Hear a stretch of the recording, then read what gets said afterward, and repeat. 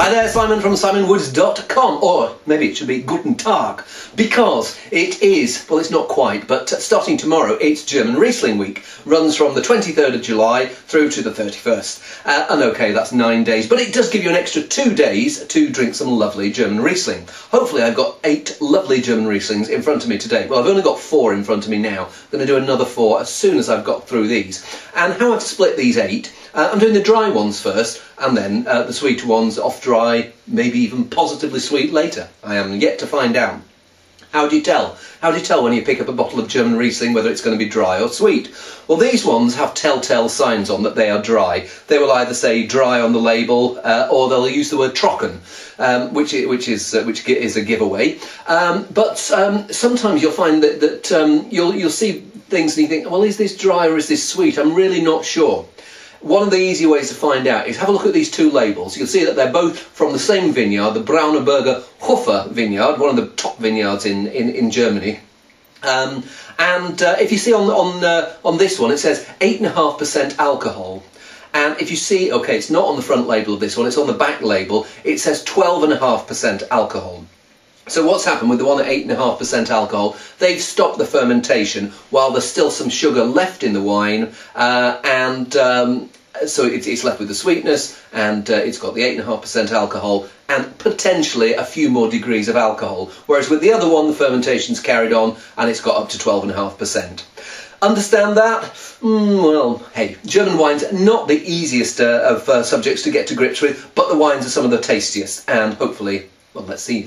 Without any further ado, let's get into them. First one I've got, I'm doing them in vintage order. I've got a 2010 and 3 2009s. Dunhoff Tonschiefer Riesling Dry Slate 2010, weighing in at 12% alcohol from the Nahe region.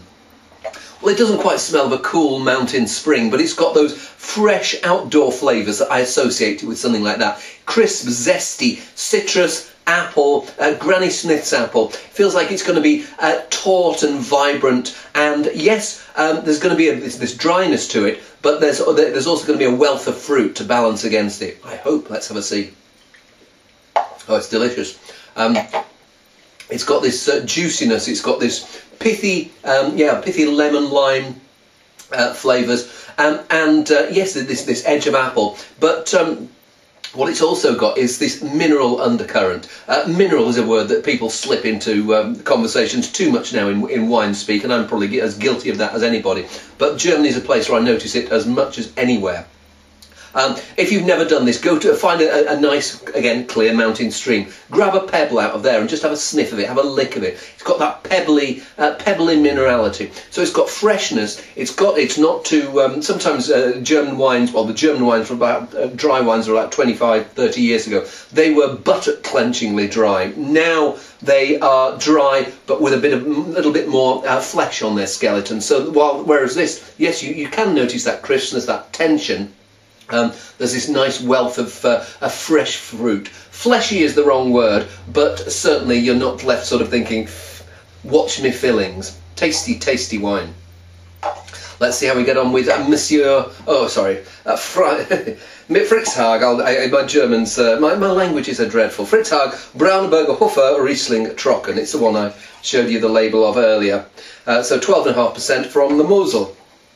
Well, there's 2 things here. First of all, it's a year older, and also it comes from a vintage where the grapes were, it was a better vintage, 2009. 2010 wasn't shabby by any means, but 2009 it had quite a bit more weight and presence. So when I stick my nose in there, I'm getting quite similar flavours to, similar aromas to the first one, but it feels like there's going to be an extra layer of flesh on them, and maybe even going into that peachy edge as well.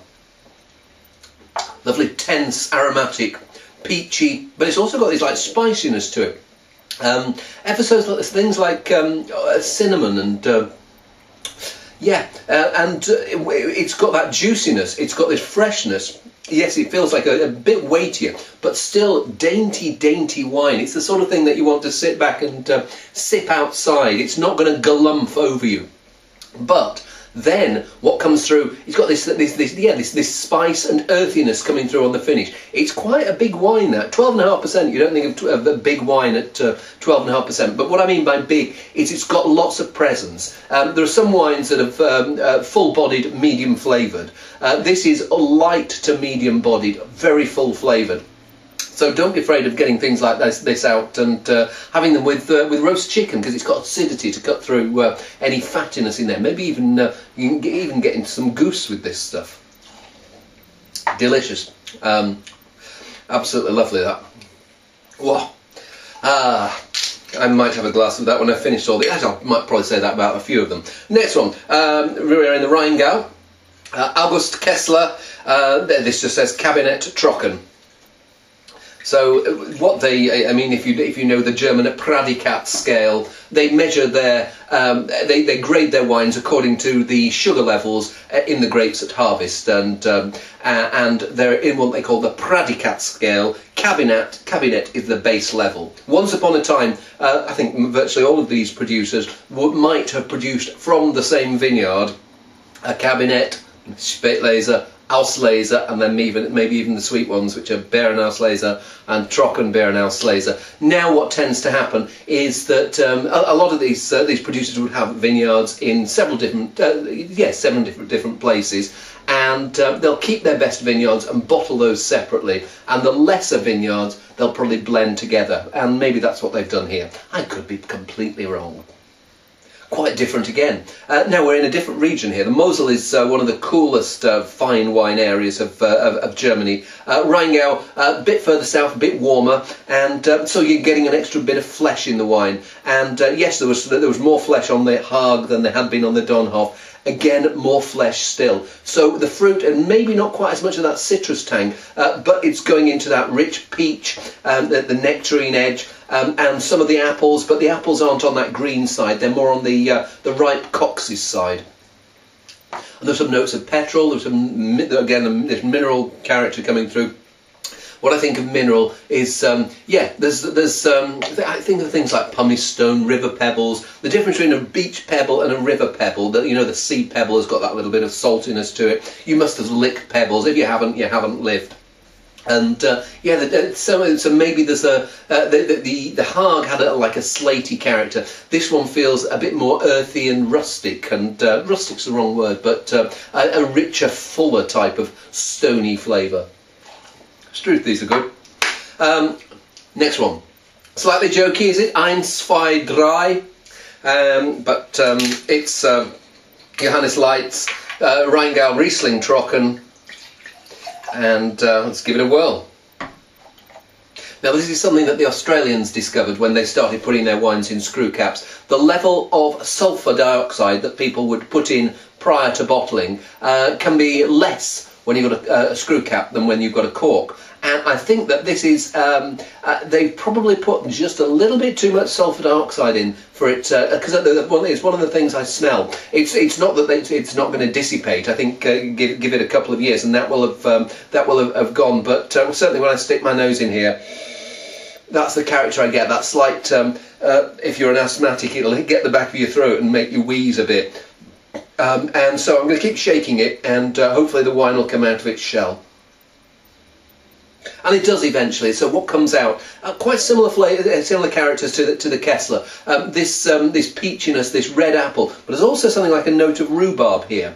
It doesn't smell like it's going to be quite as classy as the two before, but not as a two before. You know what I mean. But hey, let's see it. There's a rich, almost smoky earthiness to that. Yes, it's got these fruit flavours, but there's a grape called Sylvana, and there's something about that. There's a dry, ashy smokiness that comes through there. It hasn't been anywhere near a new oak barrel, so we can't have any smokiness from oak. But maybe not as finely chiselled as the previous two, but a very satisfying drink. In fact, it was a very satisfying set of 4 wines, and I'm looking forward to the next set of 4, and I hope you are too. See you soon.